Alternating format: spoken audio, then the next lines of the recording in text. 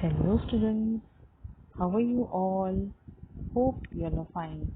So today our topic is expansion of theme or expansion of an idea, which is one of your writing skills.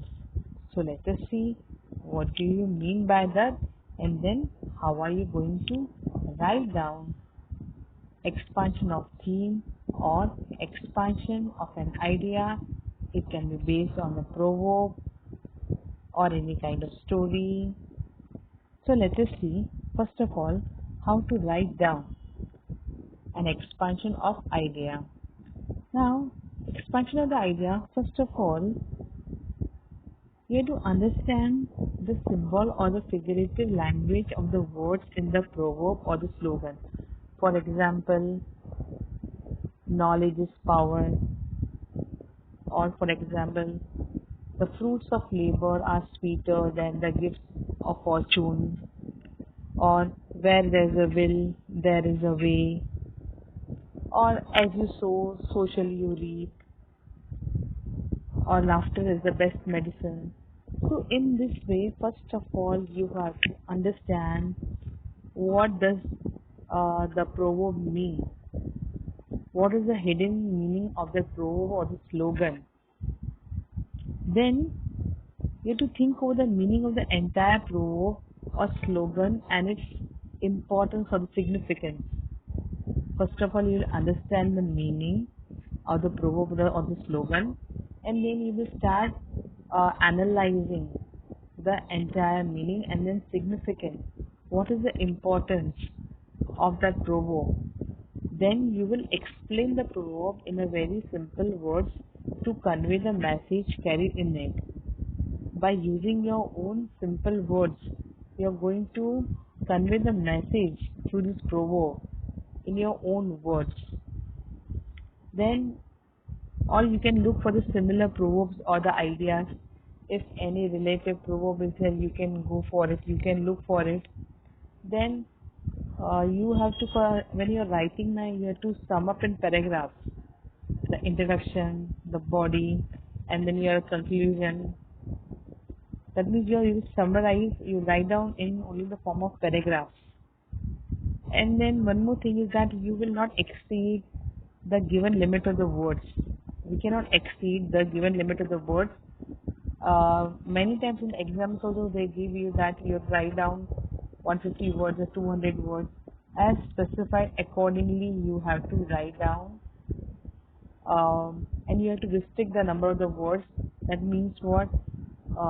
Instead of writing in a very elaborate manner, they expect you all to summarize the concept and then write down. So these points you have to keep in your mind. That is, you have to understand what is the symbol or the language or what the proverb means. After thinking of the meaning of the entire proverb or the slogan, you have to find out its importance or the significance, and then you will explain the proverb in your own words. What do you feel, or how do you analyze? What is your thinking for that? And then you will, if there are any similar proverbs or similar ideas, you can write down, you can quote them also down. Then you can sum up in paragraphs. You have to sum up in the paragraphs. They don't expect you to write down in points, and then you have to limit your words to the given number of the words. So let us see one example so that we can understand in a better manner. Now here example I have taken is of laughter is the best medicine. Now let us see that how it is written. In an age where the man does not find time to think about himself, laughter can be considered as a good agent of relaxation. Now, first of all, in the introduction, he has given that the man does not find time for himself. So, laughter can be considered as a good agent for relaxation. You feel relaxed now when you're happy, when you laugh, you feel relaxed. Okay, your face glows. There is a sense of satisfaction, there is a sense of relaxation on your face. but when you're angry, how your facial expression changes. So in today's mechanized and the busy life, people don't get enough time to socialize. As a result, there is no relaxation. Laughter serves as a stress buster as it releases positive energy. It fills a person with enthusiasm and zeal, and he is ready to face the world again. So here they are stressing about how it serves, what is its significance. It is as a stress buster. It fills the person with enthusiasm. That is the benefits. Here it is being written, and the zeal, and he is ready to face the world again. That is the benefits. Nowadays, we can see many laughter clubs coming up in the big cities. These clubs function mainly because of rigidity of the human life in the today's world. People take anti-anxiety drugs for relaxation. People don't get relaxed, they don't get sleep, and so they have to take some drugs. That means the medicines. They need medicines for that to sleep and relax. These drugs have far-reaching effects which are damaging for the kidneys and the other organs of the body. So, though when we take those drugs, at that time, any person whoever takes, he feels more relaxed, but in the long term it causes damage to the kidneys and the other organs of the body. Instead of taking these medicines, if the people interact with their family members and the friends and have a hearty laugh, they will be more relaxed. So here he is specifying that so there's a solution that if you interact with the family members, that is his view, that if you interact with them, you can have a hearty laugh and then you'll feel more relaxed. They will get renewed energy for their work and it will enhance their performance. Laughter is certainly the best medicine which has only favorable effects. When a person cracks a joke, we laugh. Yes, it is obviously it's our nature that we laugh. When we laugh, now here he is specifying the effects.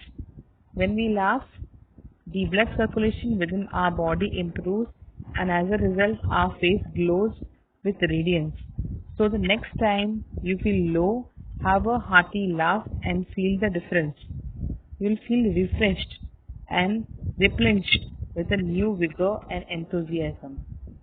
See how beautifully he has concluded, or she has concluded, how it is concluded beautifully that first of all, what he understood by the by this proverb or by this maxim, and then later on, after understanding or after analyzing the meaning, the significance, then the effects, and then looking for the similar ideas, then he summed up in the form of paragraph, and at the end, it has been beautifully summarized that you'll feel refreshed and replenished with a new vigor and enthusiasm. So in this manner, whatever maxim you get, whatever proverb you get, you can write in your own way in the best possible manner using the suitable vocabulary and the flow of the thoughts. So, first of all, understand the symbol or the figurative language, and then analyze the meaning. Then you can write down its significance. Then, if it has any advantages or the disadvantages, you can mention it there, and then you can relate it with many other things if possible. And then you have to summarize in paragraphs, and then you have to limit the words, okay, to whatever numbers of words given, and then you have to summarize. In a nutshell, at the end, you summarize. So in this manner, you have to write down expansion of a theme based on proverb, or expansion of idea, or expansion of the maxim. I hope, children, that you have understood the expansion of the theme very well. If you like my educational video, kindly like it and subscribe it. Thank you once again, children, and God bless you all.